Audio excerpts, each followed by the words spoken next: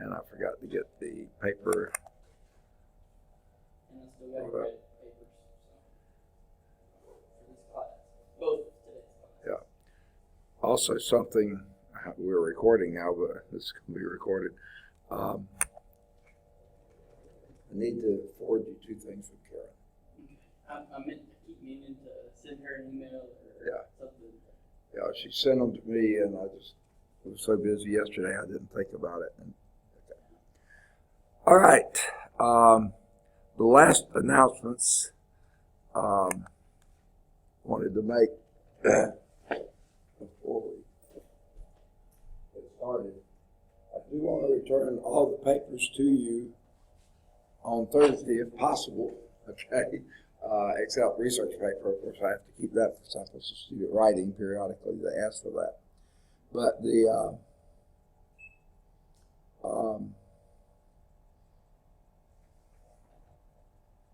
the test, I would like to get those back to you if you've got them in. Otherwise, you can pick them up later. The final, I have to keep the last test. Now, Ashley did come by this morning to see if I had it made out yet, but I was hoping, I wanted to see how far we were going to get. And it's really looking as if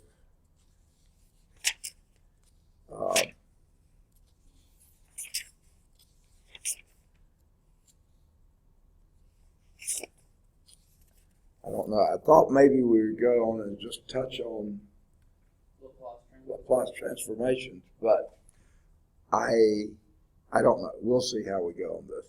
I have a feeling it's just going to be chapter 4, because there is more stuff to cover, and not enough time. Exactly. So I think we may stick with this. So I will have those ready for you Thursday morning, the final exam. That means today and tomorrow I've got to finish making that out. I have the questions selected, but I don't have them typed out yet. That takes a while with all these symbols. So anyway, we'll go from there. Let's see, what else? Papers are due by Thursday too. Okay. And then when I give you your final on Thursday, get it back to me anytime next week, but by Thursday of the following week, because I'm out of town on Friday and grades are due on Monday, so I've got to have everything in hand by the end of the week, by Thursday of next week. Okay. I hope my voice is recording. It's awfully hoarse, and I'm sorry about that. All right, any questions for anything we've done so far? Well, number 3 that I asked you about last time. Okay. Is that on the test? Yeah. Okay. We did something similar to it, but I don't know if I tried to use similar techniques and it didn't work out. It's basically verifying an expression as an implicit solution of a differential. Okay. I just realized I have tests of order here. All right. Just a second. Let me get these things back in order. What that is.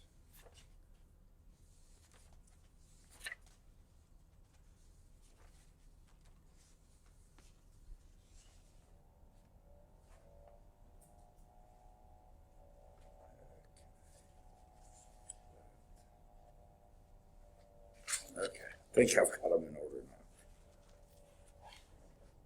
No, I don't. These go elsewhere. Okay. Now I think I do. All right, number which? 3. I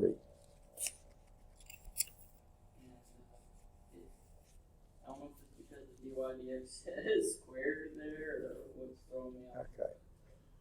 All right. Did we find the problem similar to it? I couldn't find the problem that we found. That was what? I could not find the problem that we found to go back and look at. Okay. Can't remember what section it was in underneath. Okay, this is back in chapter 1, wasn't it? It seemed like it may have been in 2, I'm not sure.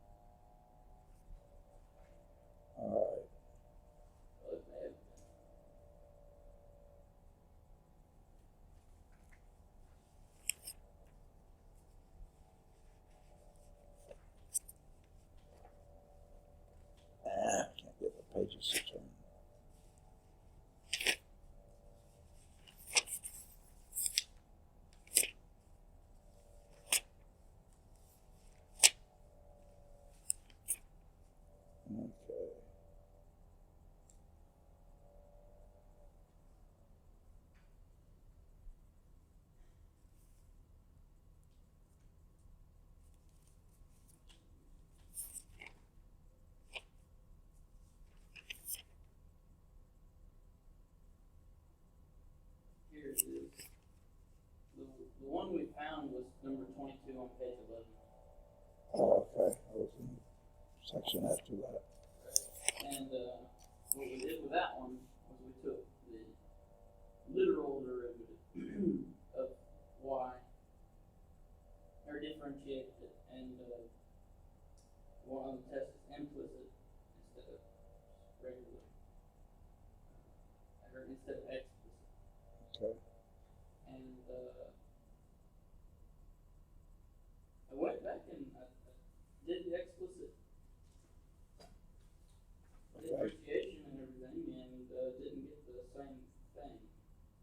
So, Okay. I was just missing stuff or what.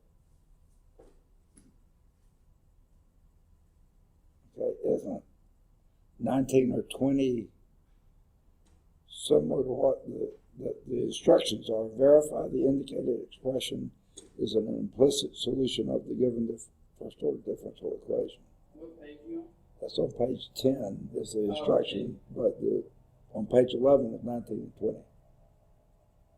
Now, not problems just like this one, but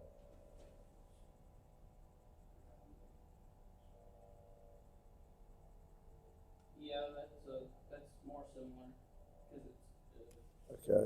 well, let's see. Yeah, and then once you find an explicit, well, we don't need to worry. Right. And is that also wanted here to verify? Yeah, it just doesn't say you You don't have to find that. found the, yeah. Right. So, which one of those you want to do? Let's go with 19, I guess. 19. Okay, this is going to be page 11. Well, let me get my pen activated. Okay, page 11, exercise set 1.1, and number 19. Okay. It says verify the indicated expression is an implicit solution of the given first order differential equation. So here we have dx dt, this is the differential equation, is equal to x minus 1 times 1 minus 2x. I don't know why they chose the two capital X's, but it's I fine. don't know who he. Okay. Now, there's a differential equation. And this is the expression that the indicated expression is an implicit solution of the first order differential equation. Okay.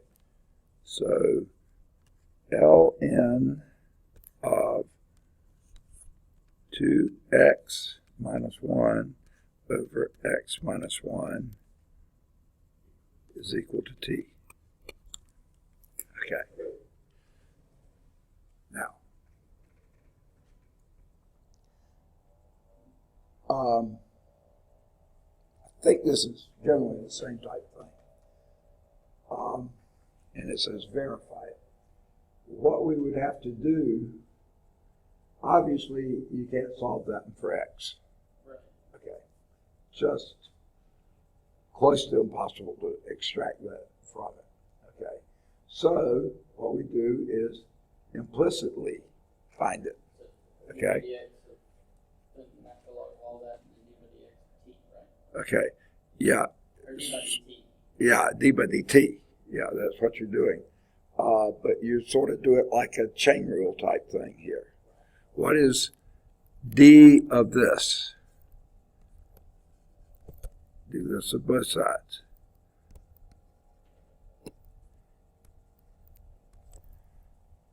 Okay.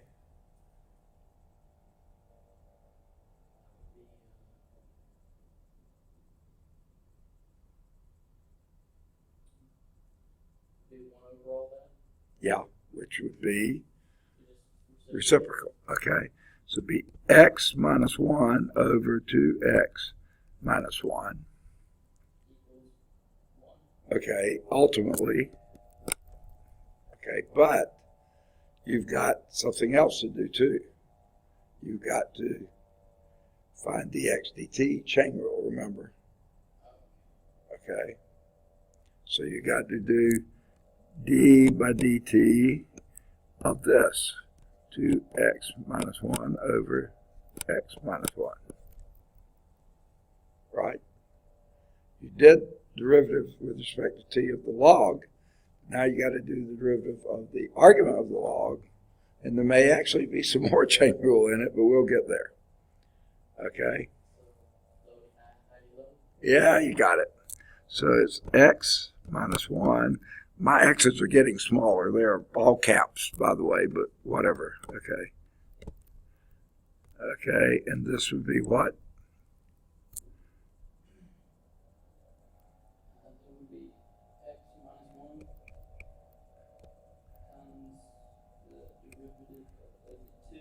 Right. Minus 2x minus 1 times. Times what, right? Is that what you said? Yeah. Yeah. Okay. And that's all equal over x squared. Right. Okay. We still got one more step.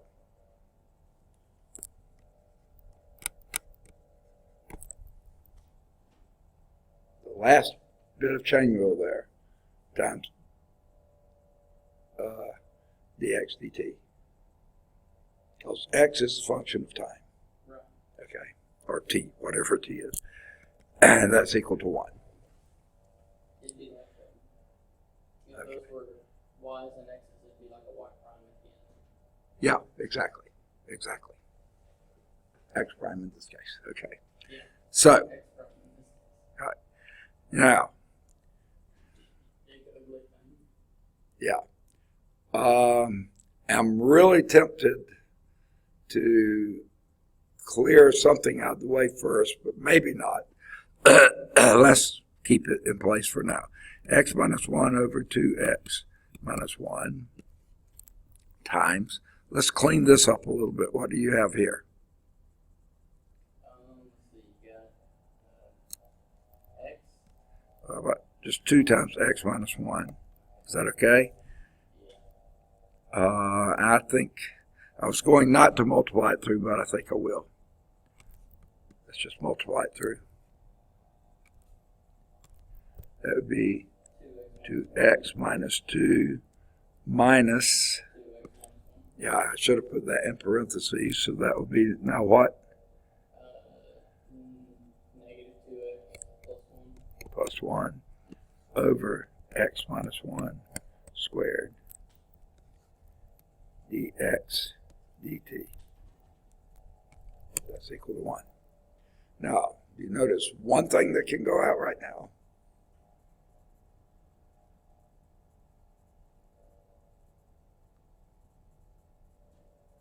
What? An x minus 1.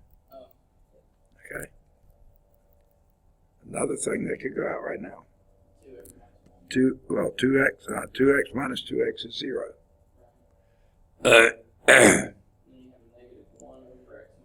Exactly. Well, you got the 2x minus 1 also. And then times 2x minus 1. Yeah. Okay. So, I think what you've left with, like you said, is minus 1 over 2x minus 1 times x minus 1 is equal to, dx dt is equal to 1. Okay? Now, what might you do next? Really close to that. It sure is. How about multiplying both sides by 2x minus 1 times x minus 1? Okay?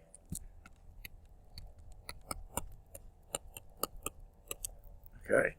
These go out here, and you're left with a minus dx dt is equal to 2x minus 1 times x minus 1. You flip the side there. Flip one of those, they happen to flip this one.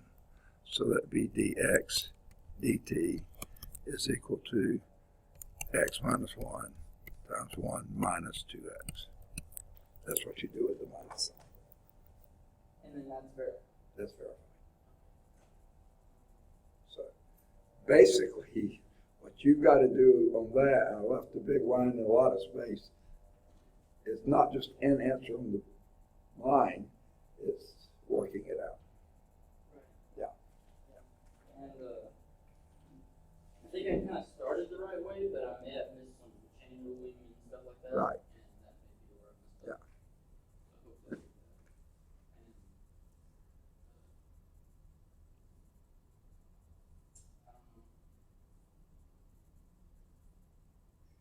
Any others? I got so frustrated with that one, I kind of stopped. Oh, okay. I'll probably work on it after Okay. class or something. All righty. Okay, let me, That's the only one that I really wanted to get in. Right.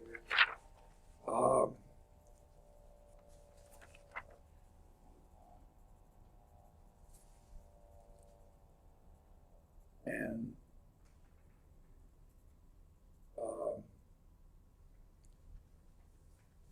yeah, it's basically the same procedure, except this one has a y and an x in it. That one only had x's. The t was just understood there. Well, it did have a t on the right-hand side to begin with, right? Really quick. Just one place it disappeared quickly. And then the dy dx squared, is that basically just second order? It's not okay. It's the square of the first derivative. That's what that is. Not the second derivative, but square of the first derivative. Now, just, I hope this isn't too much of a hint, but you see,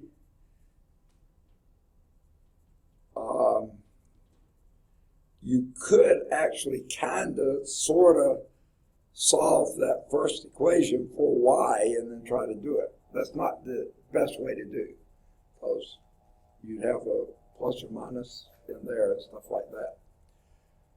Notice you can't solve that first equation for y squared, and that can go where your y squared is in the thing down here, right? I'm not saying that you could, but I'm just saying, okay. But when you do your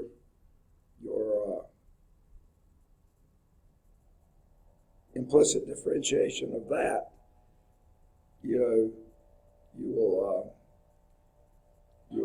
have something there, and if you can see how to substitute back in what y squared is from the first thing, that may be helpful. Try not to give too much away, but I think it might be to your advantage. Okay, somehow. Okay. All right. Okay. What's next? Back to where we were? Okay. Until linear algebra. Okay. All right. Well, since the linear algebra people will be watching that one, let's see. Let's wait until we're on that. All right. Yeah. All right. I think where we left off last time was on page 158 in chapter 4, section 4.6. Okay. We had gotten down to two equations, two unknown, by some sort of subterfuge to do that, if I remember. And we have two equations. You're trying to solve simultaneously. And here, you're treating your y's as if they're coefficients and y primes, kind of. And your u1 prime and u2 prime as if they're the variables, kind of, okay?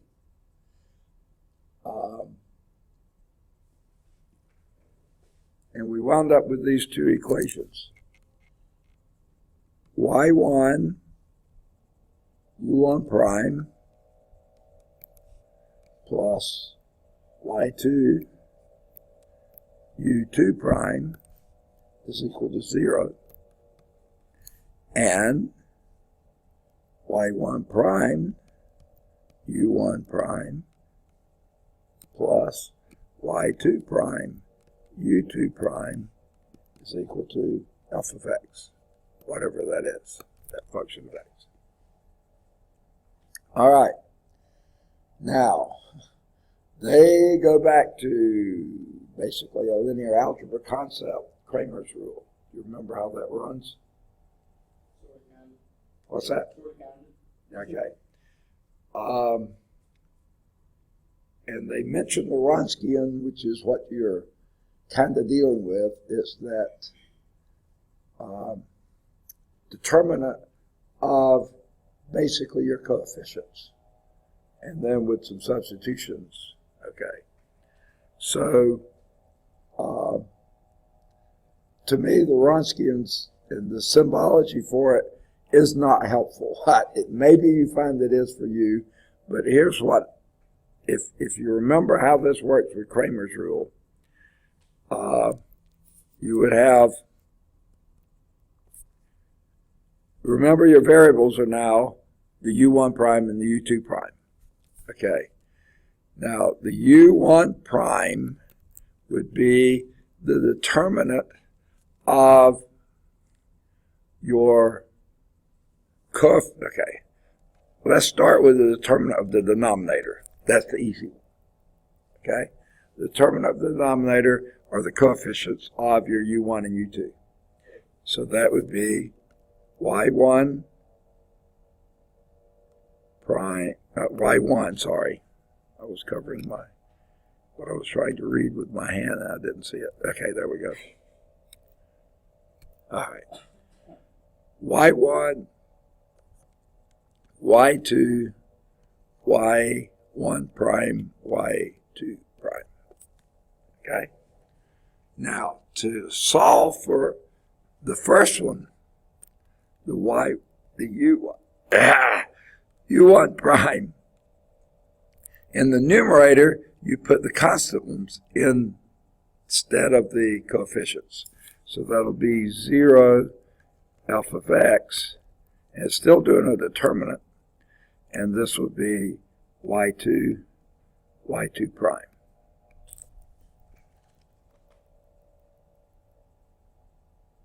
Ringing bells?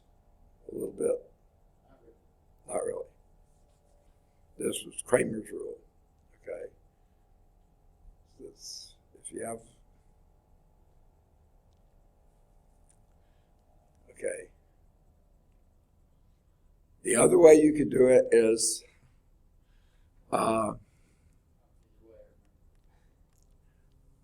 you could multiply the top equation by y2 prime and the bottom equation by minus y2, and then eliminate y2 prime, that whole second term, and then go from there. That does the same thing as Kramer's rule. Okay? So let's see what those determinants are. That first step there is obviously a 0, and then you have a minus, y2 f of x is how I would write it. It doesn't really matter. And the denominator is y1, y2 prime minus y1 prime, y2, or whichever way you want to write that, but not with the 2 as a subscript. Okay. All right.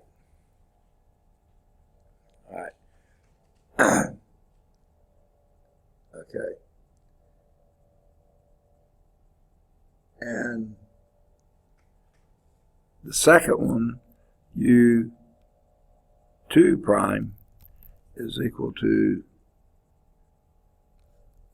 the Wronskian, or that would be y1 prime done your way. Okay.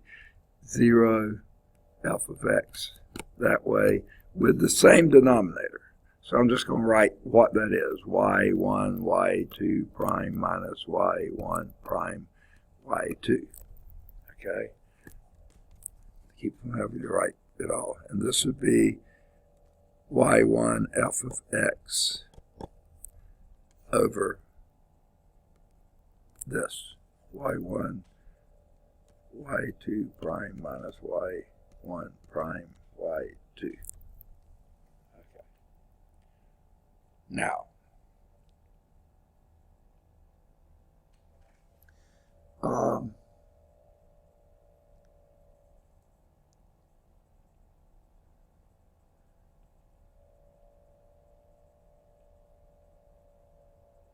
and by the way, that denominator can't equal 0, otherwise nothing works. Okay, so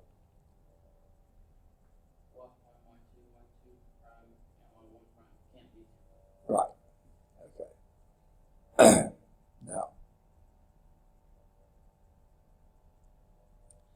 let me make sure. Yeah.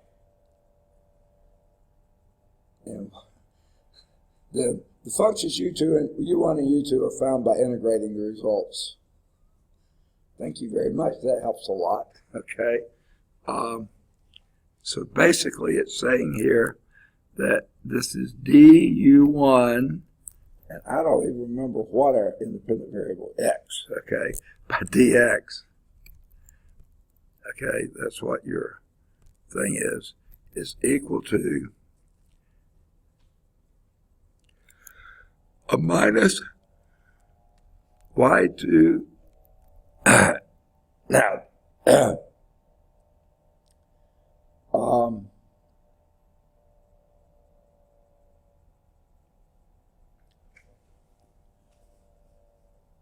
and remember the y2 and y1 were your part of your complementary solutions. Okay, up in between equations 6 and 7 in that paragraph there. That's where your y1 and y2s were brought into the picture. Okay, y2 f of x over y1 y2 prime minus y1 prime y2. Okay, now when they say integrate this, basically put the dx here, integrate this, you get u1, basically u1 is equal to, and then you have a mess here, okay? But if you knew those functions and their derivatives, they're all functions of x, and then you integrate, okay? So far, we know nothing. They haven't given us enough. This is a abstract problem without any values you can do anything with. But if you had them, you just plug them in and do whatever you can to solve those. And that's why they mean just integrate that. Okay, sure, that looks pretty simple.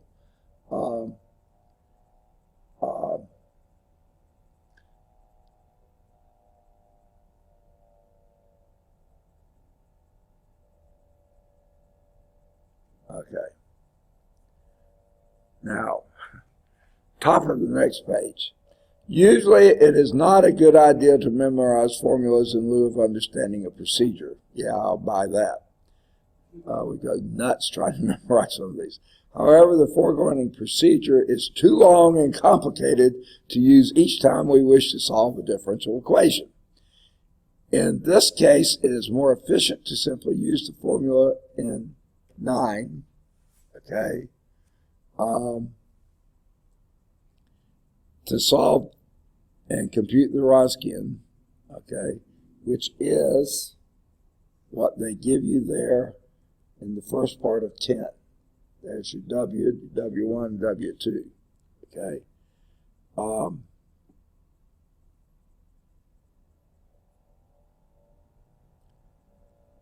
by dividing by A2, and again, I've even forgotten what A2 is here.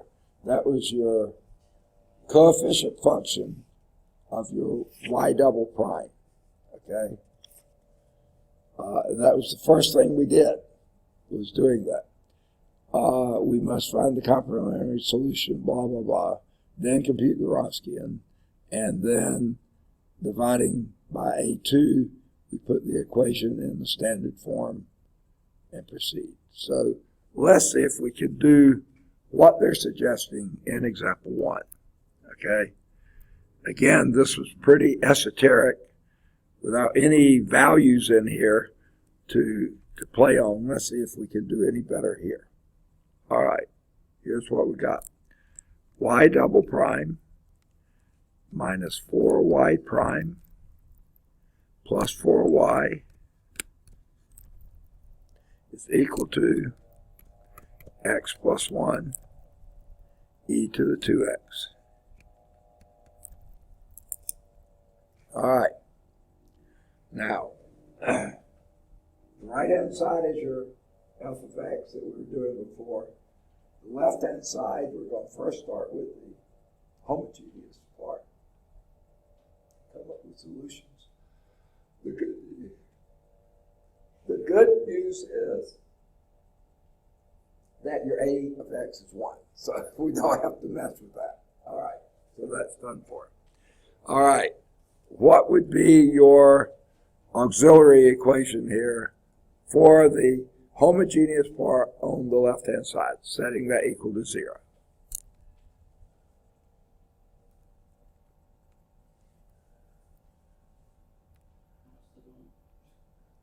It's linear differential equation.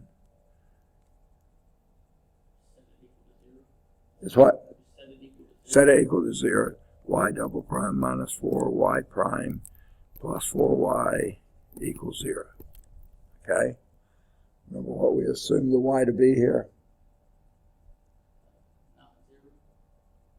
Yeah. And specifically, y is equal to e to the mx. Okay?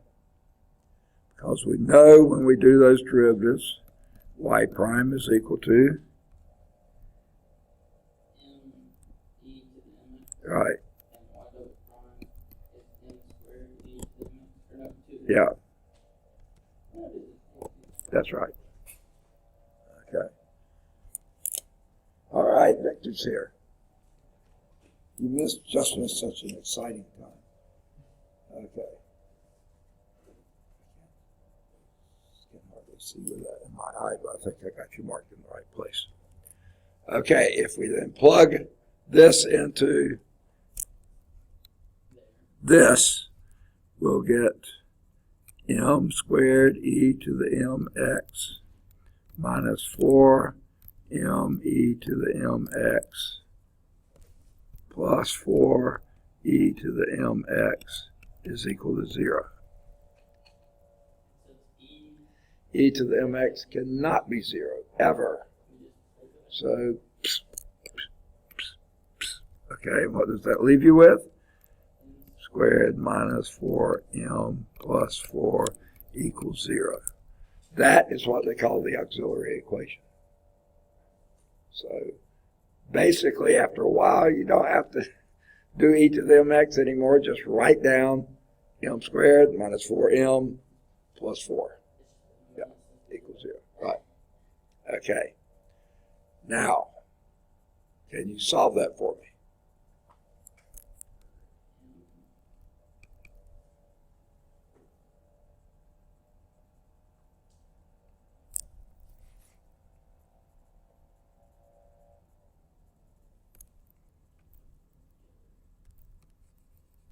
Okay. If you were asked to factor that, how would you factor it?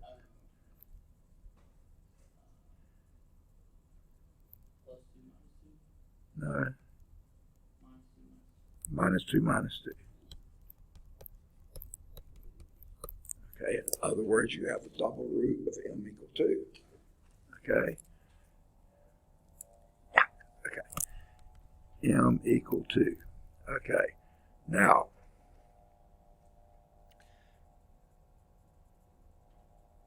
how do we handle that when it's a double root? If that were two uniquely different roots, like m equal 2 and m equal minus 3, then we'd have y is equal to e to the 2x, and y is equal, y1 is equal to c1 e to the 2x, and y2 would be, well, e to the 2x, the other one would be e to the minus 3x, or whatever. But these are the same. So remember what the rule for that is? Y1 would be e to the 2x. I really shouldn't say what. The y2 is equal to x e to the 2x. Remember? Okay. I mean, I do. Right. Okay. So those are. That's not how I probably should have written them. That gives me the. That's how they wrote them too. That's fine. Okay. Now, notice nowhere in what we did before or now are we messing around with the C's yet. Okay. They showed up before. We're not messing with them. Okay. I'm going to carry this on through. Okay. Those are our two functions. Forgetting about the C's. There's our y1 and y2, both functions of x.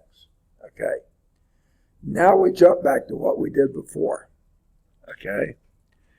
The Wronskian, they keep calling it that, but remember what we had before. That was the first part was the determinant of y1, y2 was in the numerator, y1 prime, y2 prime in the denominator, right? Okay. Now, we know what the y's are now, okay? And let's go on and do our y primes.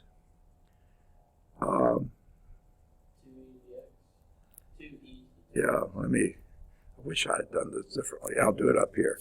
Y1 prime is equal to 2e to the 2x. That was the easy one. I was going to do that one. Now you do this one. Y2 prime is what?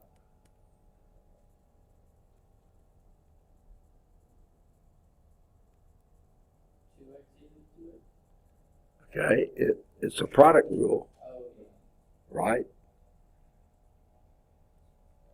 How does that go?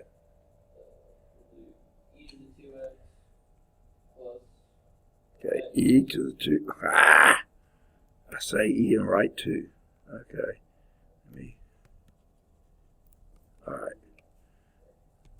All right, you started out with derivative of the first. Wait.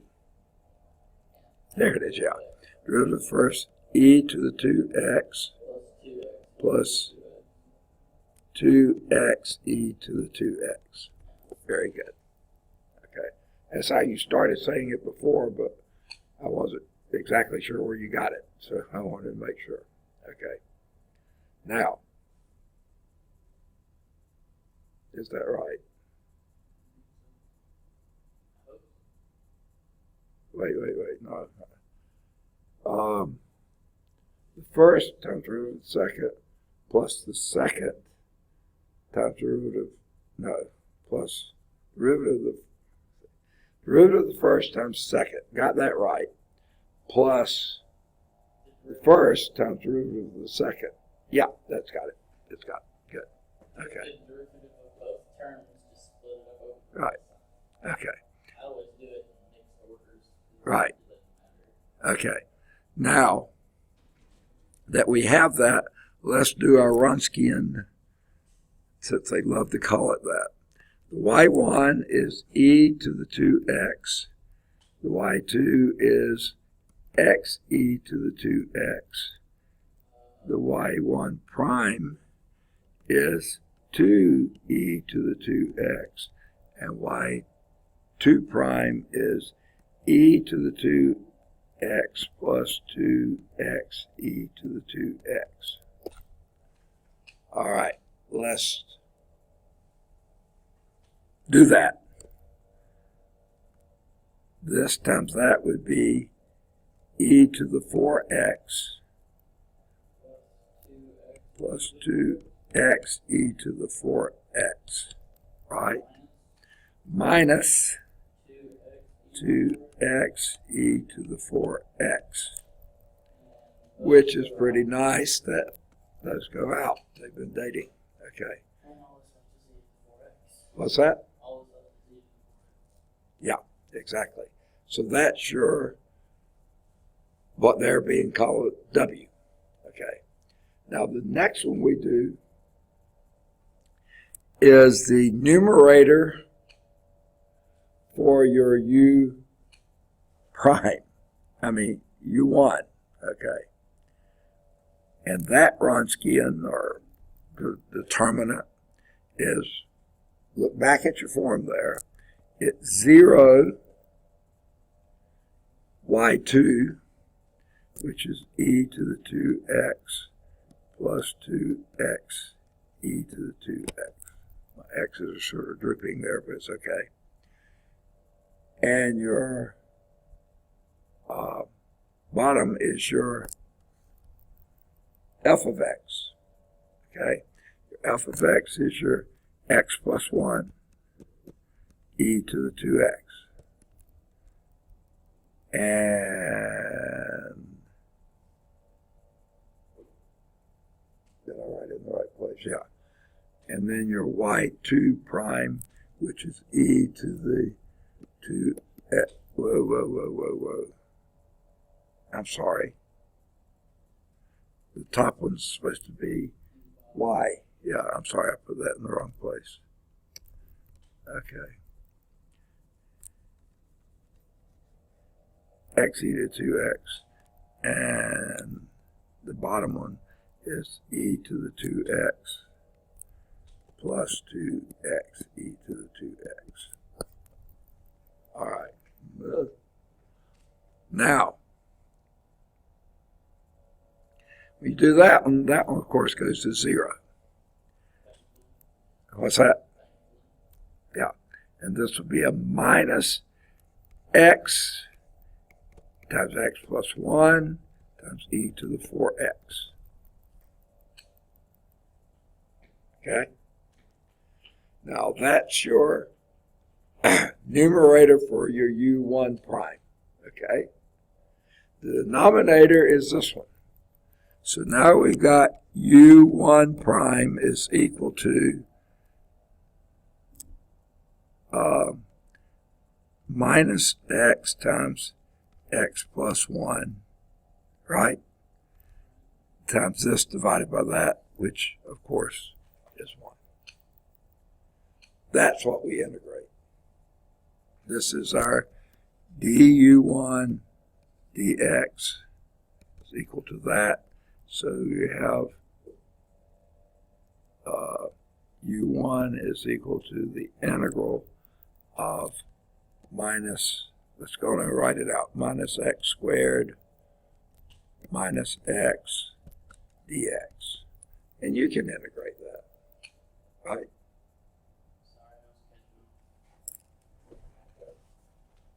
You wound up with u prime that, which this is du1 dx. So this is u1, the integral of this thing. And I would multiply it out, minus x squared minus x. And that's the easy integral to do, right? So they say. Okay. Now,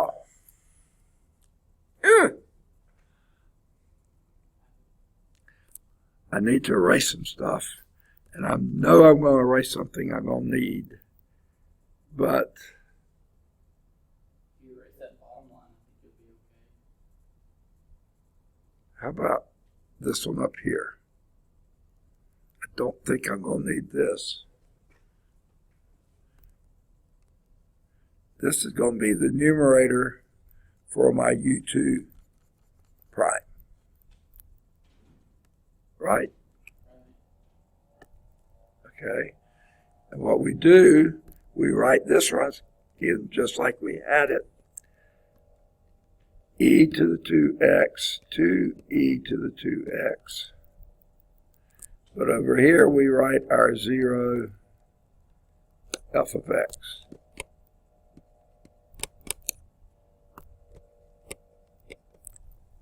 Okay? I think I did that right. All right. Now, I'll try to be a little more conservative with space here.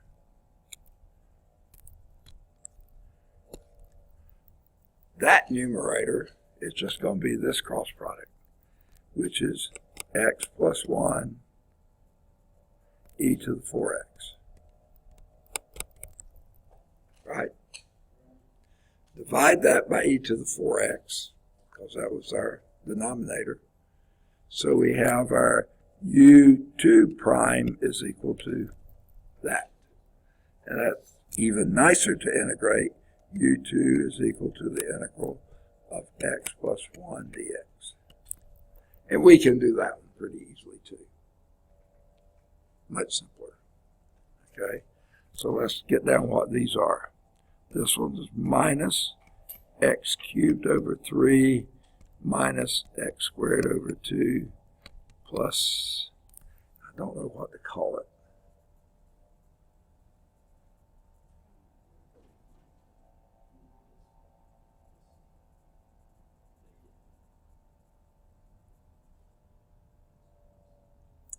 They don't call it anything. They leave off the plus c.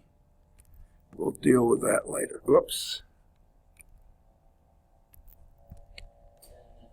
Okay. Yeah. And your U2 is a singing group, and that's x2 over 2 plus x. Right? So there we have our... What were they anyway? These were our variable parameters, okay? U1 and U2. Okay. Now,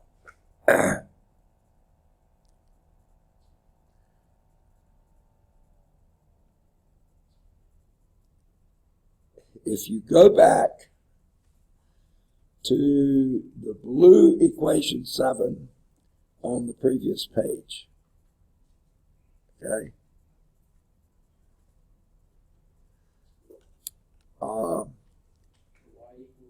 Yeah. Now they do go back and do the complementary equation, which was, when we got this, the y sub c should have been c1 e to the 2x plus c2x e to the 2x.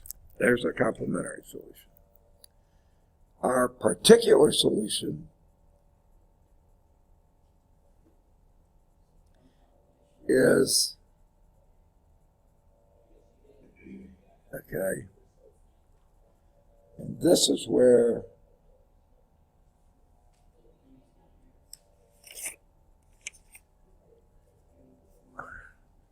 I've got to erase something to get all this in. Yuck.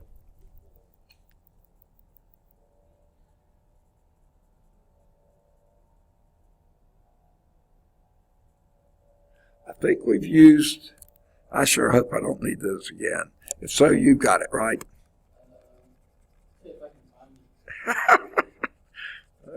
You better. I don't think we'll need it again. I sure hope not. Goodness gracious. I ran out of space like you did. I don't know where I'm at now. Okay. I hope this will be enough.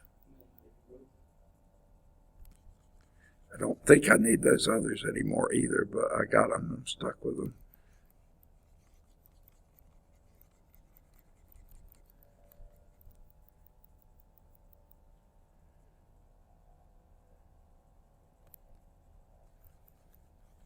I think we're through with this one too. I hope so. Okay.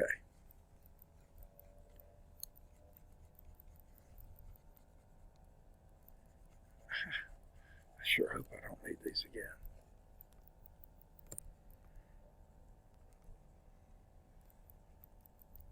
Okay. I think I can live with that. I hope so. Okay. Now,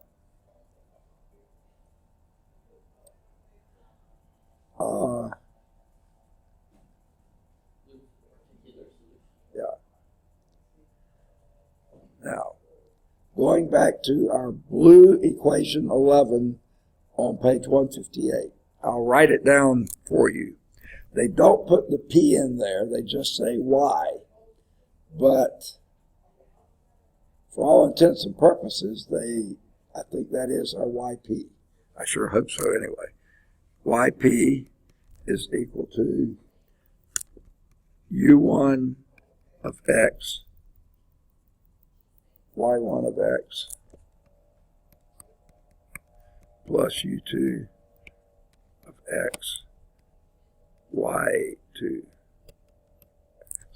It basically, it's having a variable coefficient, variable coefficients, just like we had for our complementary solution, which were constant coefficients.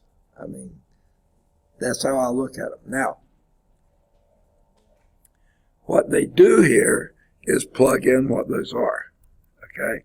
The U1 is minus x cubed over 3 minus x squared over 2 times e to the 2x plus, and U2 was x squared over 2 plus x times e times x e to the 2x. Okay? Right? Now,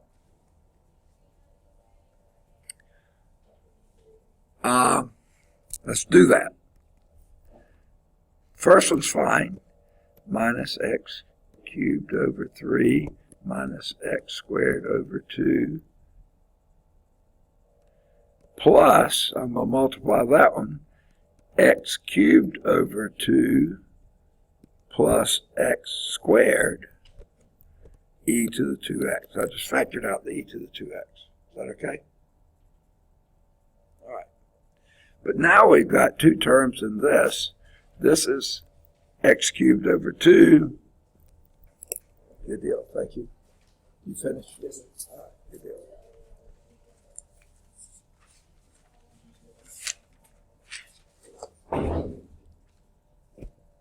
Okay. Let's do our least common denominators here. Multiply this one by 3, so that by 3. Multiply this by 2, and therefore that by 2. And that gives you 3x cubed minus 2x cubed over 6. So that would be x cubed over 6, right? And here we have, make this 2 over 2. So it's 2x squared over 2 minus x squared over 2 would just be plus x squared over 2. Okay. Times e to the 2x. All right. Now, they go back and put them in here, e to the 2x as well, which is fine. Okay.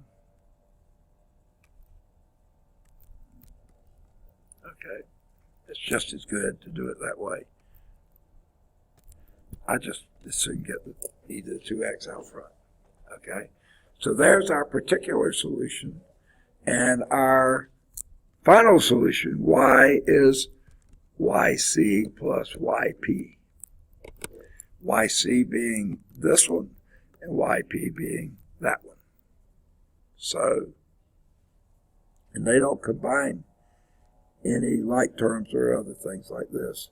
So they say c1 e to the 2x plus c2 x e to the 2x plus, and then they rewrite this slightly, 1/6 x cubed e to the 2x plus 1/2 x squared e to the 2x. Okay. Now, notice what you wind up with. I don't know why they do this.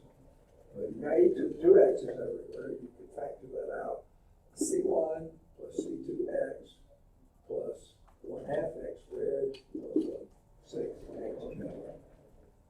That's all times e to the 2x. I don't know why they don't write it that way. It seemed like that would make more sense than the way they write it, but it's fine. That way is perfectly good. Okay? When you're doing differential equations, have everything you have can get in front of you. Okay? So you can use all the tools you got. Okay? Now, you're looking overwhelmed.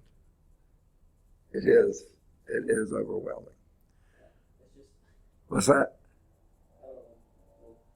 Tests and stuff. I struggled with that pretty bad. Yeah. I'll try it again today. All righty. Okay. Ready to go to example 2? Yeah, why not? Okay. Here's another one.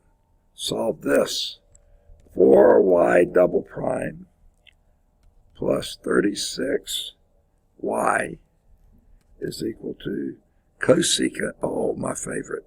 Okay. Only if it could have been a hyperbolic, that would have been better. Okay. 3x. What's that? I said I wish it was secant. Right. Because I actually know the derivative of that. Okay. But we can handle it. I hope. Okay. What would be the first thing you would do here? So we're still using this parameter. Okay. Before that, maybe. I don't know if the book does it, but I would sure divide by 4. Because I like leading off with just the y double prime. And that'll give you a nice whole number here, and who cares what it does to the other side. So y double prime plus 9y is equal to 1/4. And I'm real tempted to do this. 1/4 sine 3x. I may regret that later, but I just don't like cosecants that well. Okay, so why not do that? Like I say, I'll probably come back to regret it, but why not start that way? All right. Can you go straight to an auxiliary equation now? So that'd be m Squared. squared.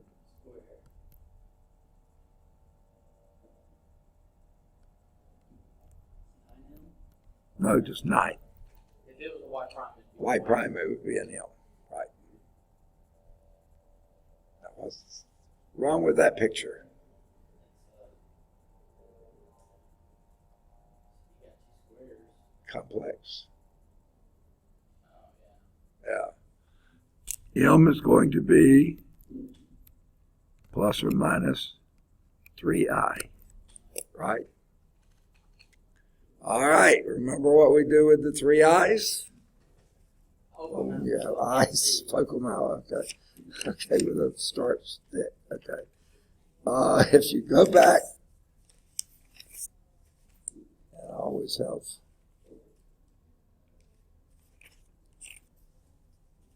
It's way back early in chapter 4. I'll start at 4:1 and start looking for it. Okay.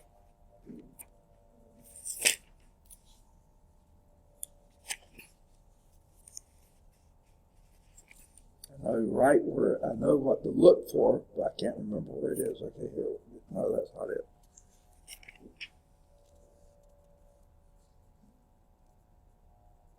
No, okay, no. I thought we were before this.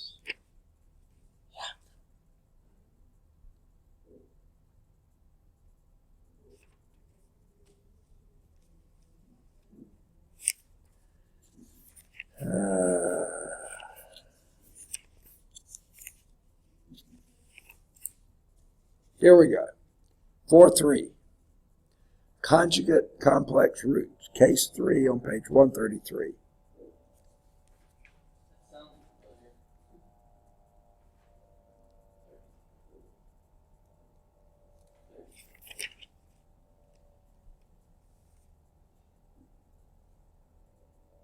familiar. Bottom line is, notice what our situation is there. The alpha is the real part. That's 0 in this one. Okay? The beta is plus or minus 3. Right? Plus 3 minus 3. Okay. So, our yuck. All right. The alpha says the real part. Okay. All right. When you have your M1 equal alpha plus I beta and M2 equal alpha minus I beta. Those are your conjugate pairs, right?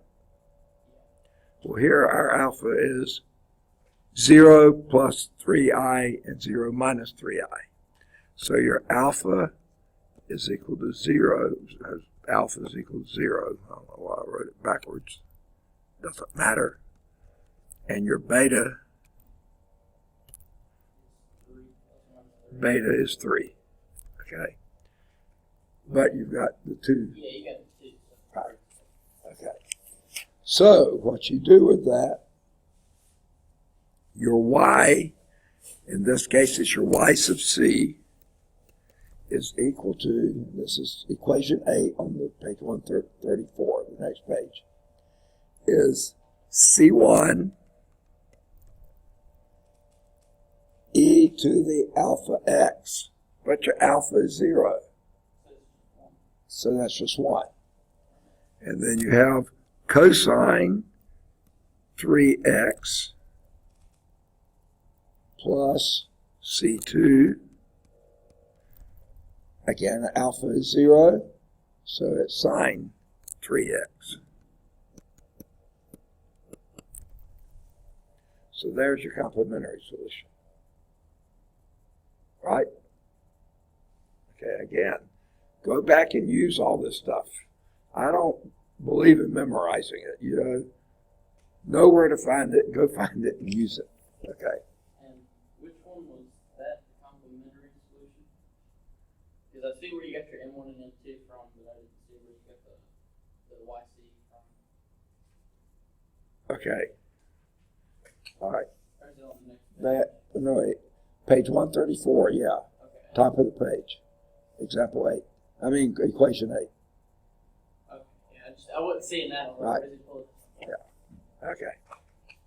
Now, so there's your complementary solution. Okay.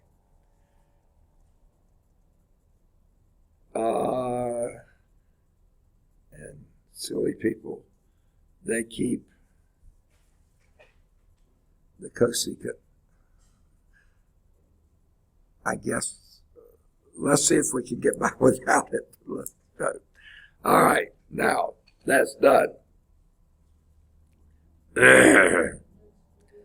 Now we go to our Wronskians. How are we doing? We only got about 5 minutes left. Yeah. Okay. You got something to tell the time now. What's that? You got something to tell the time? Well, actually, we got started right on time, so I'm using this. I knew we were right at 5 minutes. Basically, when no one's here, that's what I teach from. I teach from an hour and 15 minutes. So whether I got started early or late or whatever, if no one's here, who cares? Okay. So Your next class. I care. Yeah, but the next class, if no one's here for this one, the odds for no one's here for the next one. Right? Yeah, okay. Unless you come in late. Okay. So next we start messing with the Wronskians. Okay. Now, all right.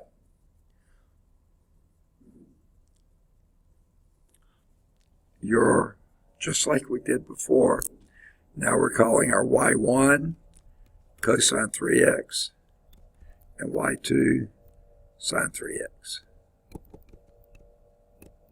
Okay? Now, and our f of x is, of course, and I'm going to be real stubborn about it and make it 1 over 4 sine 3x. I don't know, I may regret it, but I'm just going to keep writing it that way. Okay.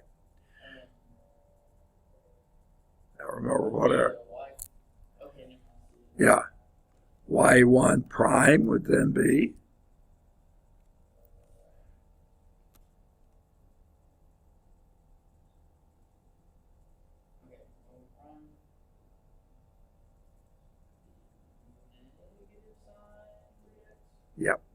negative 3 sine 3x.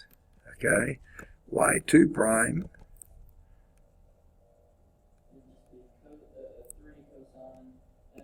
(3x). Got it. Okay. Now, since I wrote them that way, let's just do a determinant that way. Just ignore the y's. Okay. All right. So this will be 3 cosine squared 3x plus 3 sine squared 3x. Right? Because it'd be a plus, but then the negative sign would be. And that's going to be 3, isn't it? Factor out the 3, you got sine squared u plus cosine squared u. Right? Okay, That's always 1 times 3 on both sides. Yeah. Okay. So that's going to be 3. Hey! I'm liking this one a little better. Okay. But now we got to do I call it the U1 numerator. Okay. Is that all right? And that's when we do the 0. I always do that.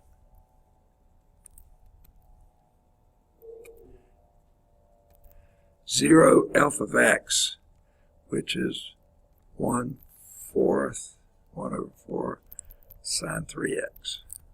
Okay. What's that? I'm sorry? Oh, it's a return, okay. Yeah, this is the numerator I of didn't know the. what was going on. All right, okay. And this stays the same. Sine 3x, 3 cosine 3x. Right? And then you don't worry about the 0. Yeah. And then the other one goes out, so just 1/4. Negative 1/4. Yes, you got it. Minus 1/4.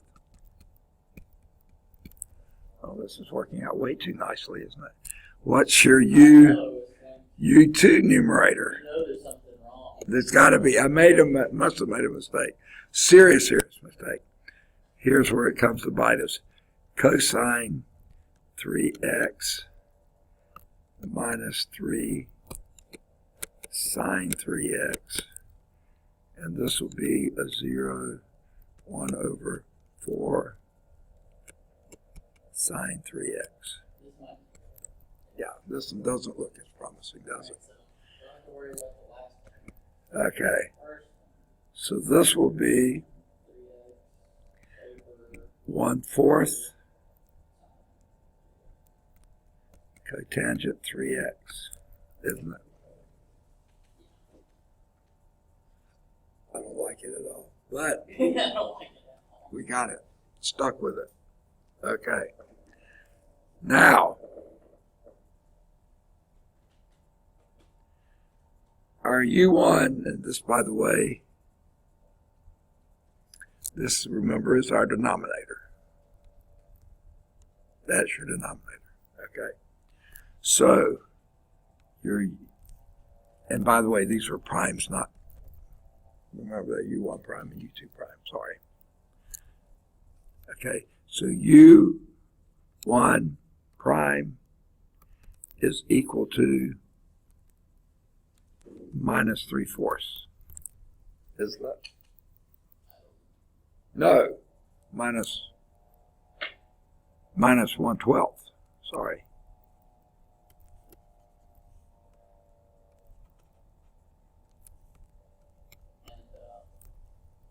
Because it's minus 1/4 divided by 3.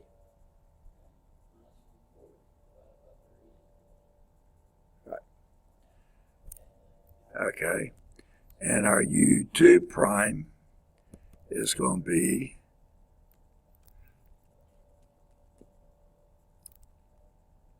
(1/12) cotangent 3x. Which I'm going to go back and write, because I didn't like it anyway, cosine over sine.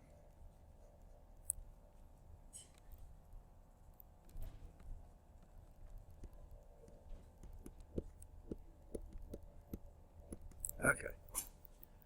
Now, what we have to do here is U1 is equal to, okay, let me find it here. You'll need to go probably next door.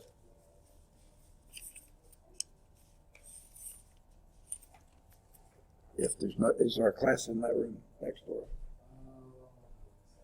If there is, then try 251. Yeah, try that one first, 257 first. Okay. U1 would then be minus 1/12 x, okay. Isn't it? Because you're integrating this dx.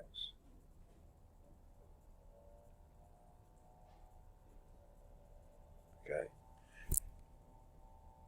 Oh, is that door locked? Someone pulled it too. U2 is equal to 1/12 the integral of cosine 3x over sine 3x dx, right? Remember? No. Integrating. How about a substitution? Don't you like those? Of course we do. Okay? So let U equal what? No, sine 3x. Then du is equal to, why negative? Okay. Cosine 3x times 3 dx, right? And now what do you have? I need some room. Where will be a safe place to do that? I think we can get rid of these, can't we? They were messy anyway. If I ever tell you you're a messy student, then that means I can get rid of you right now. Okay. No, I'm just kidding. I'm gone yesterday. Okay. Long time passing. Okay. So you end up with a 1/4 out front, and then it's Wait, no, not quite. Du over 3 is equal to cosine 3x dx, right? 1/36. 1/36, okay. So your U2 is equal to 1/36. Well, natural log of U being sine 3x. So natural log of absolute value sine 3x. Yeah. Okay. So now what we do is do our particular solution. Yp is equal to oh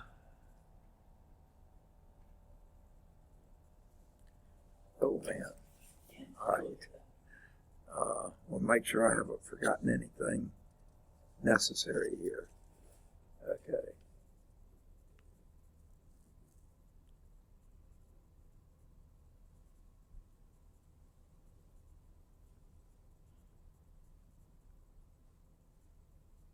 These, oh yeah. YP, remember, was Y1, or U1, Y1.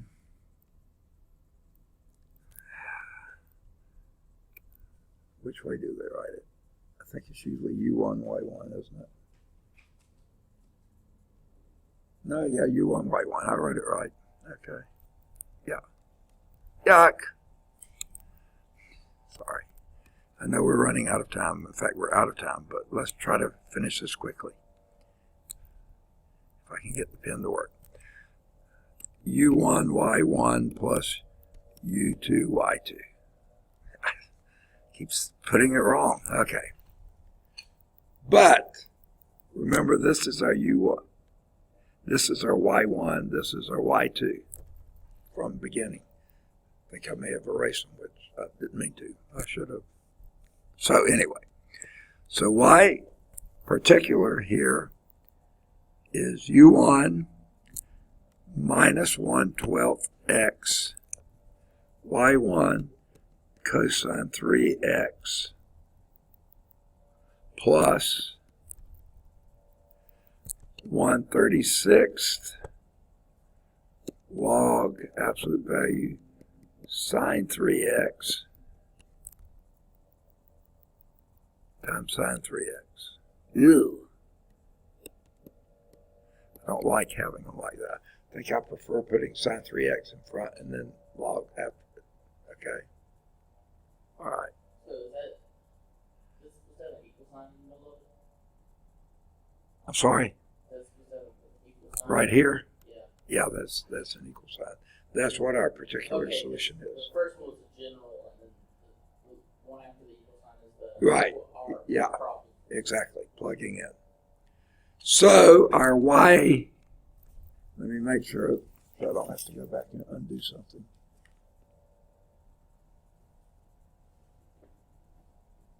Yep. So our Y is equal to complementary solution. C1 cosine 3x plus C2 sine 3x minus 1/12 x cosine 3x plus 1/36. I'm going to put sine 3x times the log of absolute value sine 3x. That just reads better to me. Okay. And hopefully that's what they got. Yep, I believe so. Look at that. Amazing. Yeah. Good deal. That ended that. Okay. And that's the last one we go over. What's that? And that's the last of everything that's going to be on the test, right? No, not necessarily. We got Tuesday's class too. Thursday. Thursday's class too. So homework exercises here. Any of the odds 1 through 17. Any of the odds, either 19 or 21 or both. Do 23. Hold off there. We'll try to do the rest of those next time. What I hope to do, we'll finish example 3 next time. We'll do example 3 next time. We'll do something on Cauchy-Euler. Okay? And I think that's all we're going to be able to get. So I hope to get into the other, but I don't think so. So I think we'll end at Cauchy-Euler then. And that means I do have the test pretty much made up then. I wasn't sure I had it done through, probably picked out through those, but yeah, I think we're okay. So I've just got to get that made up in the next short time, today and tomorrow, for Thursday. Any questions? Fun stuff, isn't it? I know. I think if I took this as a standalone math class next Right. semester, it would have been a little bit better. It sure would have. Because linear algebra, go. The combination of the three is too much. Because it's like, it throws me every time I open the book. Yeah. This is not a simple book. I wish I could find a continuation of whatever it was I used in undergraduate. It was such a straightforward book. I loved it. All right, that's it. Let me